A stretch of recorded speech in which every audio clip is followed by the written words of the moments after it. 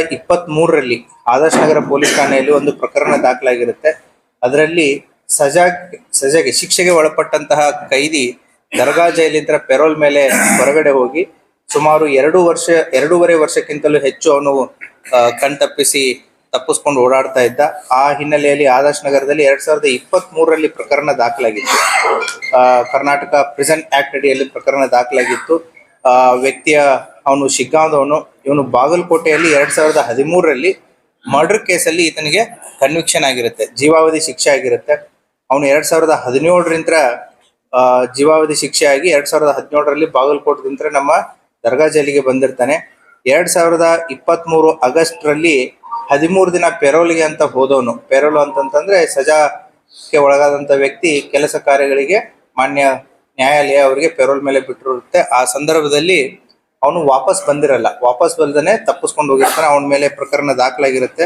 ನಮ್ಮ ಆದರ್ಶ ನಗರ PSI ಮತ್ತೆ ಸಿಬ್ಬಂದಿಯವರು ಆತನನ್ನ ಸುಮಾರು 2 ವರ್ಷ 10 ತಿಂಗಳ ನಂತರ ಆತನ ಇರುವಿಕೆಯನ್ನು ಪತ್ತೆ ಮಾಡಿ ಆತನನ್ನ ಮಾನ್ಯ ನ್ಯಾಯಾಲಯಕ್ಕೆ ಹಾಜರುಪಡಿಸಿದ್ದಾರೆ.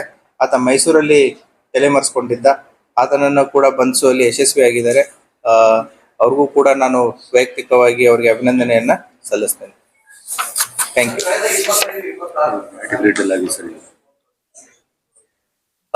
ಅದ್ರ ಡೇಟಾ ಈಗ ನನ್ನ ಹತ್ರ ಇಲ್ಲ. I will give you. 2024-25 ನನ್ನ ಡೇಟಾ ಇಲ್ಲ ನನ್ನ ಹತ್ರ ಈಗ. ಟೋಟಲ್ ಎಷ್ಟಾಗಿದೆ ಏನು ಅಂತಂತೇಳಿ. So next time will give the details.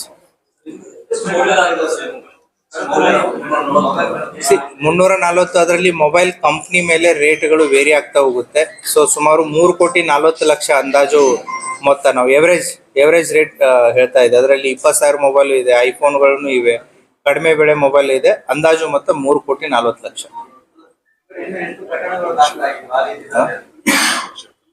ಇಲ್ಲ ಅರ್ಥ ಆಯ್ತು.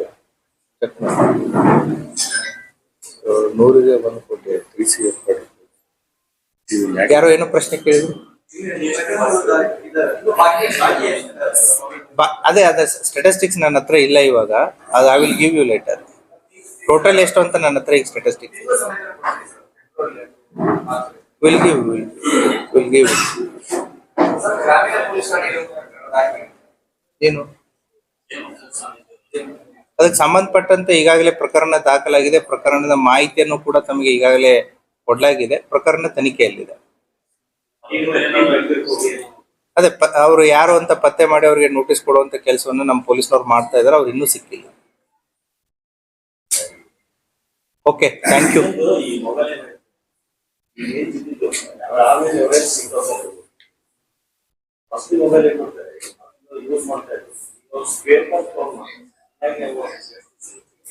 ಅಲ್ಲ, ಆ ಆಪ್ಷನ್ ಇದೆ. ಬಟ್ 90% ಟೈಮ್ ಏನಾಗ್ತಾ ಇದೆ ಇನ್ನು ಅದ್ರ ಬಗ್ಗೆ ಡಿಸ್ಕಸ್ ಮಾಡೋದು ಬೇಡ. ಕಳ್ರಿಗೆ ಗೊತ್ತಾಗುತ್ತದೆ.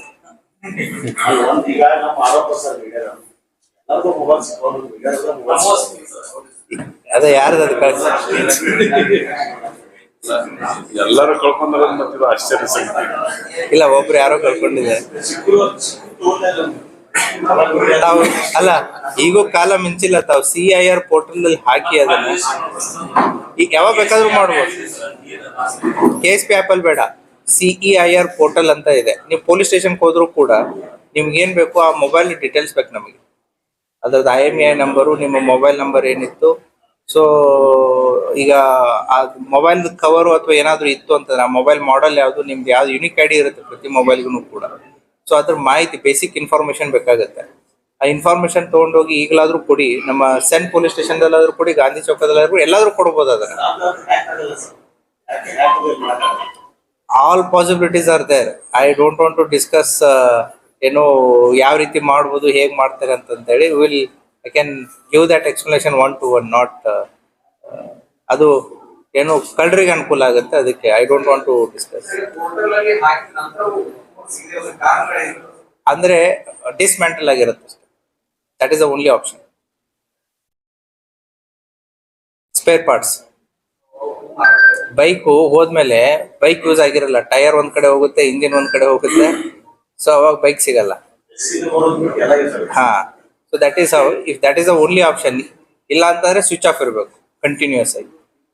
ಸರ್ ಈಗ ಮ್ಯಾಕ್ಸಿಮಮ್ ಈ ಜನ ಸೆಕೆಂಡ್ ಹ್ಯಾಂಡ್ ಮೊಬೈಲ್ ತಗೊಳ್ತಾರೆ ಸರ್, ಅವ್ರಿಗೆ ಏನ್ ಮೊಬೈಲ್ ಮೊಬೈಲ್ ಅವ್ರು ತಗೊಳ್ಳೇಬಾರ್ದು ಆ ರೀತಿ. ಅದನ್ನೇ ಸಂಚಾರ ಭಾರತಿ. ಈಗ ಸೆಕೆಂಡ್ ಹ್ಯಾಂಡ್ ಮೊಬೈಲ್ ತಗೋಬೇಕಾದ್ರೆ ನೀವು ಯಾವುದೇ ರೀತಿ ಸೆಕೆಂಡ್ ಹ್ಯಾಂಡ್ ತಗೋತಾ ಇರ್ತೀರಾ, ಮನೆ ಕಟ್ಸಿದ್ದನ್ನ ನೀವು ಯಾರೋ ಒಬ್ರು ಮನೆ ಕಟ್ಸಿರ್ತಾರೆ, ನೀವು ಮನೆ ತಗೋತಿರ್ಬೇಕಾದ್ರೆ ನೀವೆಲ್ಲ ಯಾವ ರೀತಿ ಡಾಕ್ಯುಮೆಂಟೇಶನ್ ವೆರಿಫಿಕೇಶನ್ ಮಾಡ್ತೀರಿ, ಆ ಎಚ್ಚರಿಕೆ ನಮಗಿದೆ. ಯಾಕಂದ್ರೆ ಮೋಸ ಹೋಗಬಾರ್ದು ಅಂತಂತೇಳಿ. ಅದೇ ರೀತಿ ನೀವು 2 ವೀಲರು 4 ವೀಲರು ಪರ್ಚೇಸ್ ಮಾಡ್ಬೇಕಾದ್ರೆ ಸೆಕೆಂಡ್ ಹ್ಯಾಂಡ್ RC ಬುಕ್ ನಿಮ್ಮ ಹೆಸರಿಗೆ ಬರೋ ತನಕನೂ ಕೂಡ ನೀವು ಇದನ್ನ ಮಾಡ್ತೀರಿ. ಮನುಷ್ಯ ಯಾವುದೇ ಸೆಕೆಂಡ್ ಹ್ಯಾಂಡ್ ಪರ್ಚೇಸ್ ಮಾಡ್ಬೇಕಾದ್ರೆ ವ್ಯಾಲ್ಯೂಯೇಬಲ್ ಅದೇನು ಸಮಸ್ಯೆ ಇಲ್ಲ ಅಂತಂದಾಗ, ವ್ಯಾಲ್ಯೂಯೇಬಲ್ ಇದ್ದಾಗ ಅದನ್ನ 10 ಸರಿ ವೆರಿಫೈ ಮಾಡಿ ತಗೋತೀವಿ. ಅದೇ ರೀತಿನೂ ಕೂಡ ಸೆಕೆಂಡ್ ಹ್ಯಾಂಡ್ ಮೊಬೈಲ್ ತಗೋತಿರ್ಬೇಕಾದ್ರೆ ಸಂಚಾರ ಭಾರತಿಯಲ್ಲಿ ನಿಮಗೆ ಇದು CIR ಒಂದೇ ಅಲ್ಲ, ಅದು ಮೊಬೈಲು ಆಲ್ರೆಡಿ ನಿಮ್ ಇನ್ಕ್ಲೂಡಿಂಗ್ ಸಿಮ್ನು ಕೂಡ ಬೇರೆಯವ್ರ ಹೆಸರಲ್ಲಿ ಇದೆಯಾ ಅಥವಾ ನಿಮ್ಮ ಹೆಸರಲ್ಲಿ ಇದೆಯಾ, ಅಥವಾ ನಿಮ್ಮ ಹೆಸರಲ್ಲಿ ಎಷ್ಟು ಸಿಮ್ಗಳು ಆಲ್ರೆಡಿ ಚಲಾವಣೆಯಲ್ಲಿದೆ. ನೀವು ಅನ್ಕೊಂಡಿರ್ತೀರಿ ನಿಮ್ಮ ಹೆಸರಲ್ಲಿ ಒಂದೇ ಸಿಮ್ ಇದೆ, ಅದು ನಿಮ್ಮ ಮೊಬೈಲ್ ನಂಬರ್ ಯೂಸ್ ಮಾಡ್ತಾ ಇದ್ದೀರಾ ಅಂತೇಳಿ. ನಿಮ್ದು ಆಧಾರ್ ಕಾರ್ಡು ಅಥವಾ ಬೇರೆ ಯಾವುದೋ ID ಕಾರ್ಡು ಮಿಸ್ಯೂಸ್ ಆಗಿಬಿಟ್ಟು ನಿಮ್ಮ ಹೆಸರಲ್ಲಿ ಇನ್ನೊಂದು ಸಿಮ್ ಯೂಸ್ ಆಗ್ತಾ ಇರ್ಬೋದು. ಅದನ್ನು ಕೂಡ ವೆರಿಫೈ ಮಾಡೋದಕ್ಕೆ ಈ ಸಂಚಾರ ಭಾರತ್ ಆ್ಯಪ್ ಅಲ್ಲಿ ಅದು ಆಪ್ಷನ್ ಇದೆ. ಅದೇ ರೀತಿ ನಿಮ್ಮ ಮೊಬೈಲು ಹೊಸದು ಅಥವಾ ಸೆಕೆಂಡ್ ಹ್ಯಾಂಡ್ ಅಂತ ಚೆಕ್ ಮಾಡೋದಕ್ಕೂ ಕೂಡ ಅದು ಆಪ್ಷನ್ ಇದೆ. ಸೊ ಸಂಚಾರ ಭಾರತಿ ಆ್ಯಪ್ ಬಗ್ಗೆ ಮಾಹಿತಿಯನ್ನು ನಾನು ನಿಮಗೆ ಮೀಡಿಯಾ ಗ್ರೂಪಲ್ಲಿ ಹಾಕ್ತೀನಿ.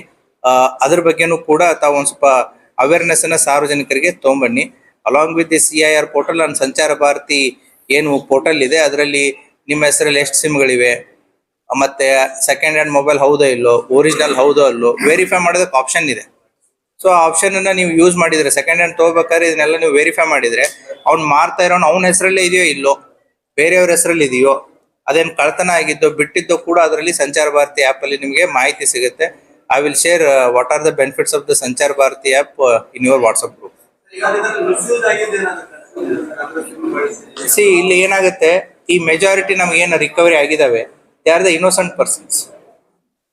ಸೊ ಅವ್ರ ಉದ್ದೇಶ ಏನು, ಕಳ್ತನ ಮಾಡಿ ಅವರೇ ಯೂಸ್ ಮಾಡ್ತಾ ಇದ್ರು ಅಂದ್ರೆ ಅವ್ರು ಕಳ್ಳರಾಗಿರ್ತಾರೆ, ಕಳ್ತನ ಕೇಸಲ್ಲಿ ರಿಕವರಿ ಆಗುತ್ತೆ. ಏನ್ 340ಕ್ಕಿಂತ ಹೆಚ್ಚು ಮೊಬೈಲ್ ಸಿಕ್ಕಿದಾವೆ, they have been sold to the third party user, ಅಥವಾ ಕಳೆದಿರೋ ಮೊಬೈಲು ಯಾರು ಅದನ್ನ ಕ್ಲೇಮ್ ಮಾಡದೇ ಇರೋದಂತ ಅವ್ರು ಬಳಕೆ ಮಾಡಿರುವಂಥದ್ದು ಒಂದು. ಸೊ ಇಂಥ ಪ್ರಕರಣಗಳು ಇದಾವೆ.